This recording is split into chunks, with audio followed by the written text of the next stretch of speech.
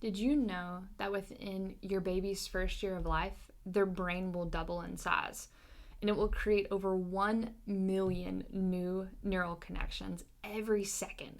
That's more brain growth than at any other point in their life, making this the most critical period for their neurological development. Yet here's the problem. Conventional pediatric care only checks if your child is hitting milestones on time, not how they're achieving them or whether their nervous system is functioning optimally. Milestones matter, but the neurological foundation underneath matters even more.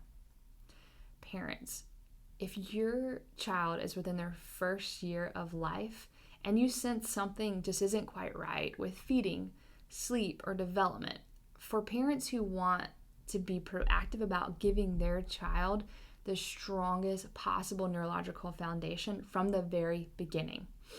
Today we're going to uncover why hitting milestones on time simply isn't enough. How the perfect storm of early stressors can shape your baby's nervous system in lasting ways.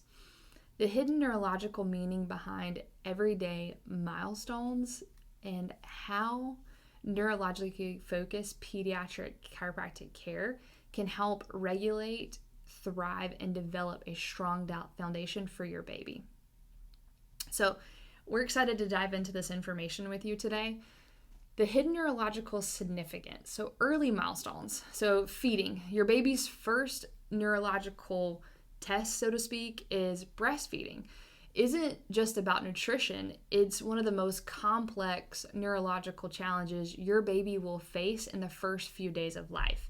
It requires precise coordination of multiple cranial nerves, spinal alignment, and respiratory timing. The vagus nerve, which is your cranial nerve 10, alone plays a huge role in regulating swallowing, digestion, and calming. Successful feeding demands perfect synchronization between sucking, swallowing, and breathing, a process completely dependent on a regulated nervous system. When a baby shows signs like a shallow latch, popping off, choking, gasping, excessive fatigue during feeding, like falling asleep, or even reflux or colic, these are often just labeled as feeding issues, but they're early red flags that the neurological system is in tension or imbalance. If it's left unresolved, early feeding dysfunction can ripple into challenges with weight gain, gut health, speech, sleep, and development, even emotional regulation later on. So at 8 to 12 weeks, we're looking at head control, building neurological stability when your baby begins lifting and holding their head. It's much more than muscle strength. It's a direct reflection of the nervous system and spinal development. Proper cranial alignment and activation of the deep muscles show that the nervous system is integrating the upper and the lower coordination. Struggles like preferring to turn their head to one side, or if we see flattening of the skull, or difficulty with tummy time can indicate spinal tension or subluxation that's interfering with the neuromuscular signal for your baby. Babies who miss or struggle with this stage may carry asymmetrical patterns forward, leading to delays in rolling, sitting, crawling, and eventually walking. So those are going to be those earlier signs.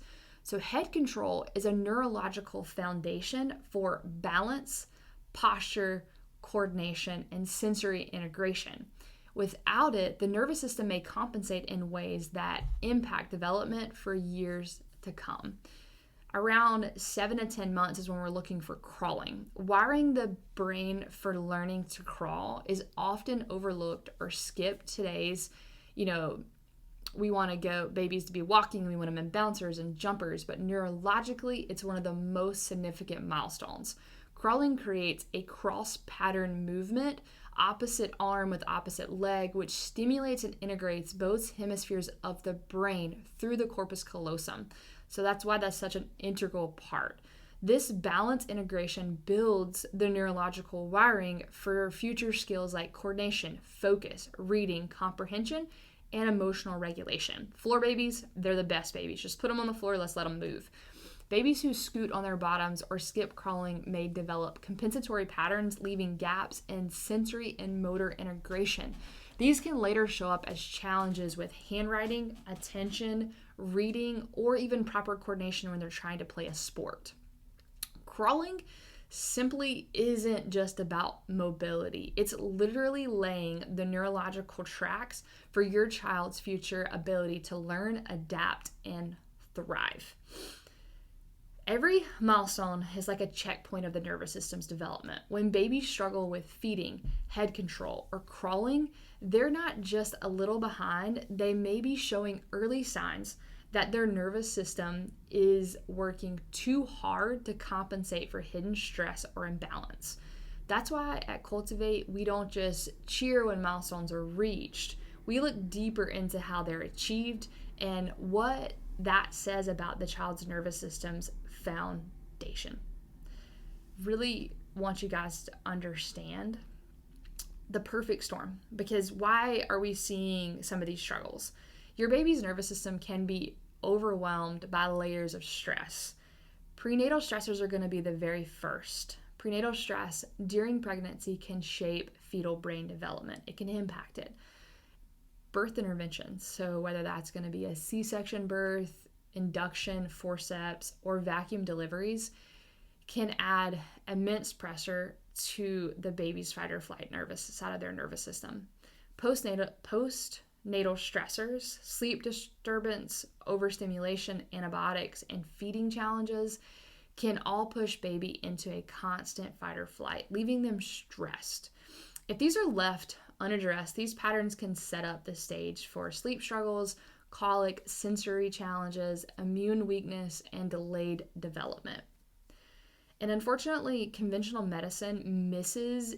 Most of our pediatricians might check a box that your baby can roll over, but not assess how they rolled or whether the movement was symmetrical or if underlying tension is forcing them to compensate. They don't check for subluxation or dysautonomia in the nervous system, which is going to be stress on that system.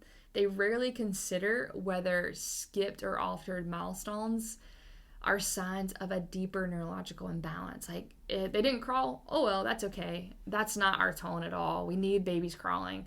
Our neurological focused approach at Cultivate, we use insight scanning technology to measure the nervous system in real time. It's safe, it's gentle, it's non-invasive. We have access to heart rate variability. We can see spinal tension and thermal regulation, which shows us what's going on within their system and how they're regulating. Your baby's nervous system, if it's calm, balanced, and adaptive, or if they're stuck in stress, these scans are going to be able to show us that. By supporting the nervous system early during the peak of neuroplasticity, which is going to be that adaptability and motility for baby's health, you're going to see changes in feeding, sleep, development, and emotional regulation. If your mom or dad gut is telling you that something isn't quite right with your baby's feeding, sleep, or development, or if you simply want to give your child the strongest possible neurological foundation to start their life, we really encourage you, click the link in our bio to learn more about how we help support development for babies from the very beginning. And if you're a mom or a dad of an older child that you can recall their infancy being deeply rooted in this, telling you, this is that answer for helping look deeper into the neurological system to let's go backwards to go forwards and helping that child through development. If we didn't develop properly through a milestone, we highly encourage you. Let's go back through that. Let's heal the system. Let's get a better regulation forward for the adaptability of your child's nervous system. At Cultivate, we look forward to serving you and your family.